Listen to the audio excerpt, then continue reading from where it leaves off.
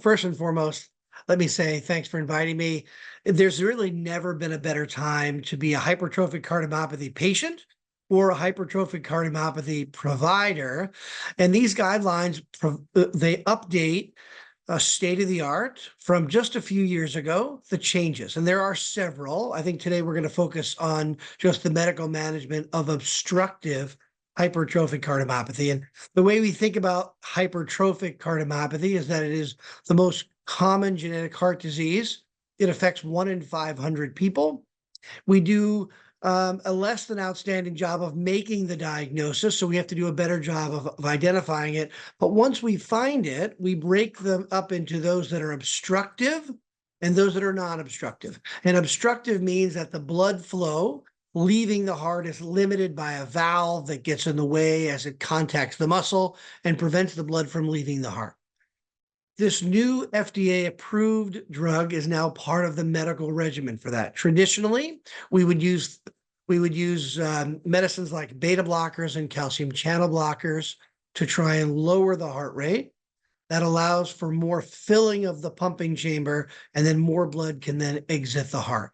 It's not specific for hypertrophic cardiomyopathy, as it is not only utilized to manage those with obstructive hypertrophic cardiomyopathy.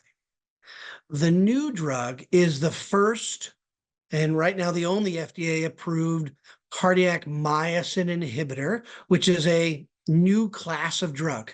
And it's specific for hypertrophic cardiomyopathy patients. So it targets the mechanism of hypertrophic cardiomyopathy and obstruction. And what it does specifically is that it acts on the actin and myosin chains that are inside the heart muscle. And in hypertrophic cardiomyopathy, there are too many connections. And the way I think about this is that if you think about how a rower a rowing team may look, where there's a whole bunch of rowers in a boat, and when they lean forward and they pull back, that propels the boat forward. And in hypertrophic cardiomyopathy, there's too many rowers. So what this drug does is that it tells many of those rowers, don't row. And in doing so, it brings it down to the number of rowers inside a heart muscle that is in the non-hypertrophic cardiomyopathy patient. And by doing that, the pumping function goes down a little bit. The gradient, which is the pressure difference between the inside of the heart and the outside of the heart, goes down, and the symptoms go down with it. And what's most important is that patients feel better. So if you're a cardiologist who is taking care of patients with hypertrophic cardiomyopathy, first and foremost, you're going to do the things you've always done, which is remove the medicines that worsen obstruction, like diuretics and blood pressure medicines. And then these should be folks that are on treatment with beta blockers and calcium channel blockers. And then think about myosin inhibitors as being added on to that therapy to then further reduce the obstruction and hopefully make patients feel better. It's a drug you add on top of it, on top of standard therapy. And what you should know as a cardiologist and as a patient is that there's some surveillance that must be done while you're on the therapy. So the biggest side effect we worry about with mavacamten is that it can lower the ejection fraction, lowers the pumping chamber of the heart.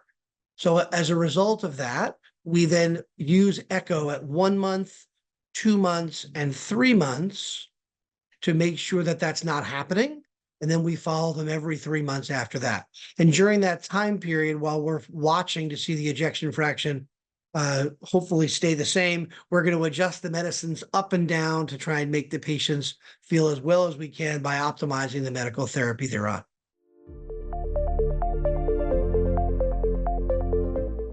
So I think the key takeaway is that if you're a patient and you have symptomatic obstructive HCM, if you're a cardiologist taking care of HCM patients with obstruction, this is a game-changing, first-in-class medical therapy.